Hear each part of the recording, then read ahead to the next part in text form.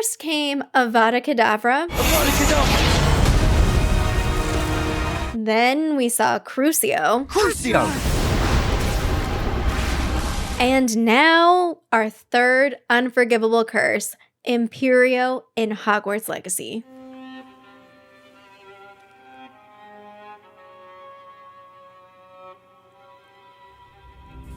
Imperio! Oh my gosh! I was expecting a Halloween tease today. Happy Halloween, everyone. But instead, we got some information about Imperio and how it will work in combat. The social post included the dark green that we often see associated with dark arts. We have some written text on the screen in handwriting.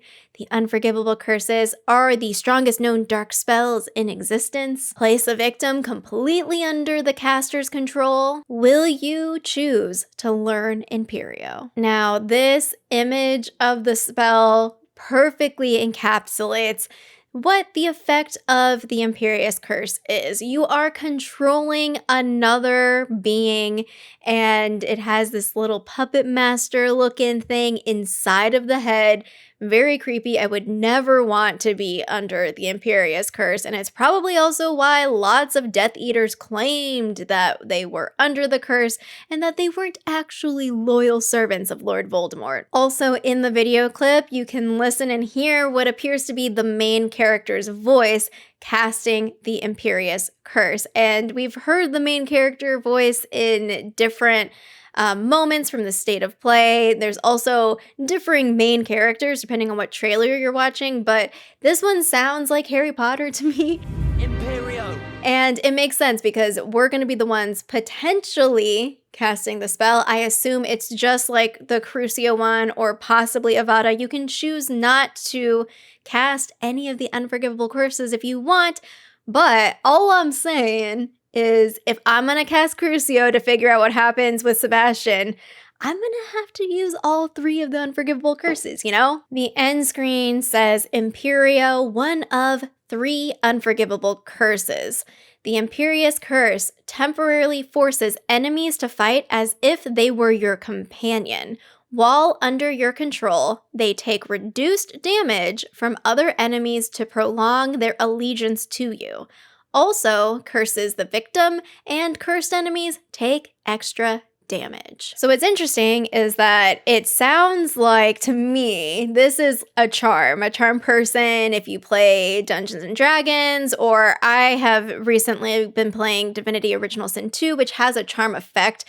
There is a kind of limit on it where in order to, you can resist the charm person with a successful wisdom saving throw, but it lasts for a duration of 10 turns in D&D, and I think depending on what happens in Divinity, if you're in combat, it's 2 turns, but there's also a feature where you can have charm on armor, and it's kind of really cool. We have a rogue character who just kind of does his thing, and sometimes he charms the enemies, and it's like, oh hey, we have another buddy on our side. So in Hogwarts Legacy, we have a similar mechanic that is basically you have enemies that you're fighting against, right? It's us, the hero of the story, plus our companion, but we're fighting against Ranrock, dark wizards, witches, poachers, all sorts of people. What if in one of those enemy camps, you're able to turn one of them on your side? Perhaps one that even just runs into a tree and doesn't know what he's doing because he's under the Imperius curse. Just kidding, that's definitely a bug, but you know, that's the kind of what's happening here is that you're taking a foe who would normally be red on the scale of like bad, you are not friends at all, and you're turning them more on your side so that they can help you fight their friends. Now, it took me several rereadings and asking other people to comprehend what was trying to be communicated in this paragraph.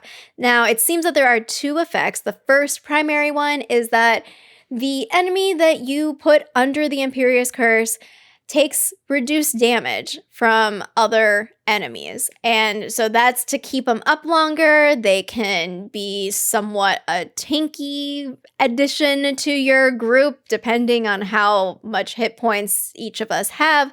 But I'm imagining it's me. It's my Ravenclaw bestie, who I'm assuming there's still a Ravenclaw companion out there, but let's just assume for now Ravenclaw bestie is by my side.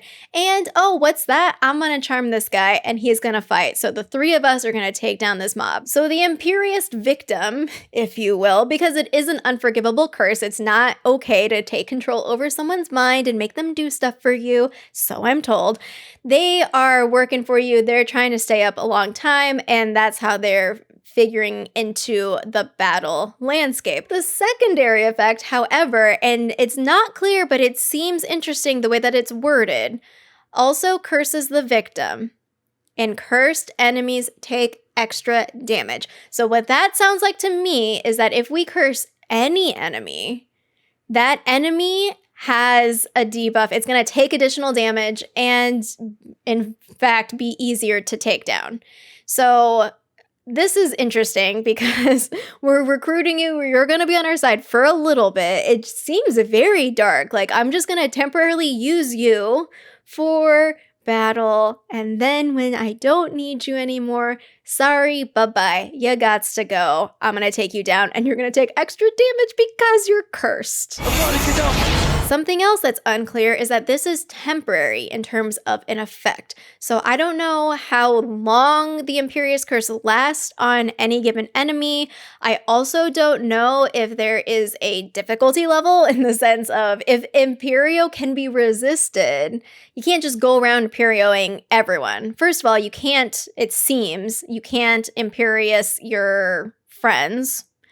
And I also imagine that I can't just be like, hey, Ranrock, come here, let me cast Imperio on you, and you are under my control. You know what I mean? So there are a couple things that we don't know exactly how they work. It seems, and based on what Chandler tweeted earlier today, that these were teases about how the Imperius curse works in combat. I would be really interested to see any sort of gameplay of this happening in real time. I think it would be really cool to see. I'm also fine just being kept in the dark and being like, I don't know, I'm gonna use it, we'll see what will happen. I'm also with some of y'all who are curious about how any spell, not just the unforgivable curses, but any spell might work out of combat.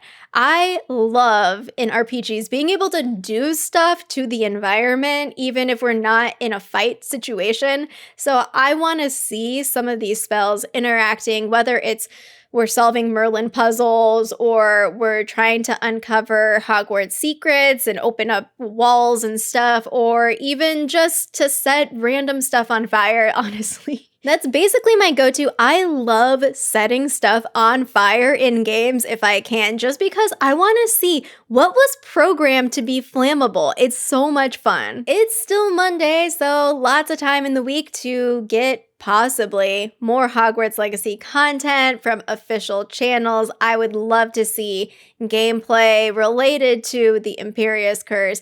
And honestly, I am excited to see how all of this plays out in game, both narratively and also in combat, out of combat. I'm very curious about casting. I'm curious about casting unforgivable curses. I know they're supposed to be bad, but it's in a game, so I feel like I have to, you know. Let me know in the comments down below if you've played any other games that have a similar mechanic where you are turning a foe onto your side temporarily. What game was that and how did it work? Do you see that working the same way here with Hogwarts Legacy or slightly different? Thanks so much for watching, and until next time, Juan's ready.